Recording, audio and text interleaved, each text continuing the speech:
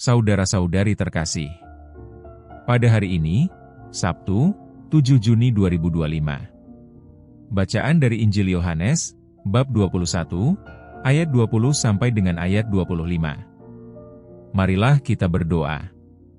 Dalam nama Bapa, dan Putra, dan Roh Kudus. Amin. Allah Bapa di surga, syukur atas berkat melimpah dan anugerah yang menyertai kami. Semoga Engkau menyinari hati kami dengan sabda-Mu.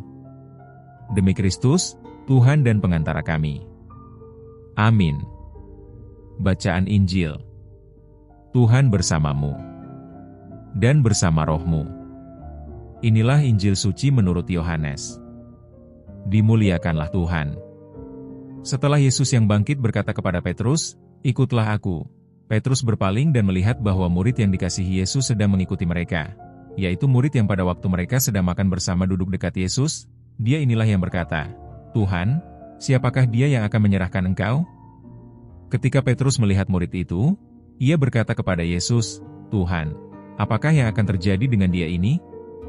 Jawab Yesus, "Jikalau aku menghendaki, supaya ia tinggal hidup sampai aku datang, itu bukan urusanmu. Tetapi engkau, ikutlah aku."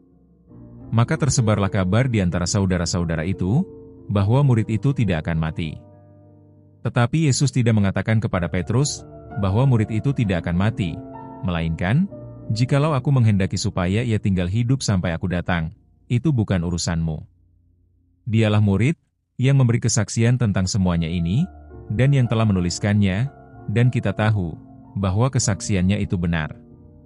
Masih banyak hal-hal lain lagi yang diperbuat oleh Yesus, tetapi jikalau semuanya itu harus dituliskan satu persatu, maka agaknya dunia ini tidak dapat memuat semua kitab yang harus ditulis itu. Demikianlah sabda Tuhan. Terpujilah Kristus. Renungan. Saudara-saudari terkasih, setelah berjumpa dengan Yesus setelah kebangkitan, tentu ada kegembiraan di antara para murid, kegembiraan lahir dan batin. Namun, di tengah-tengah suasana ini ada perintah dari Yesus supaya mengikutinya, terutama Petrus. Namun, Petrus tidak fokus karena membicarakan tentang kehidupan kekal.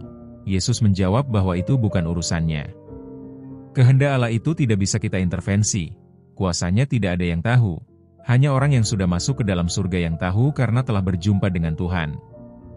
Tugas dan fokus kita saat ini adalah mengikuti Tuhan, dan kesediaan kita itulah yang akan diperhitungkan Tuhan, menjadi berkat bagi kita dan menjadi berkat bagi sesama. Mengabdi Tuhan itu tidak ada ruginya, karena rahmat-Nya adalah surga. Mengikutinya lebih penting daripada hanya memikirkan misteri Allah, yang tidak bisa sepenuhnya kita jangkau.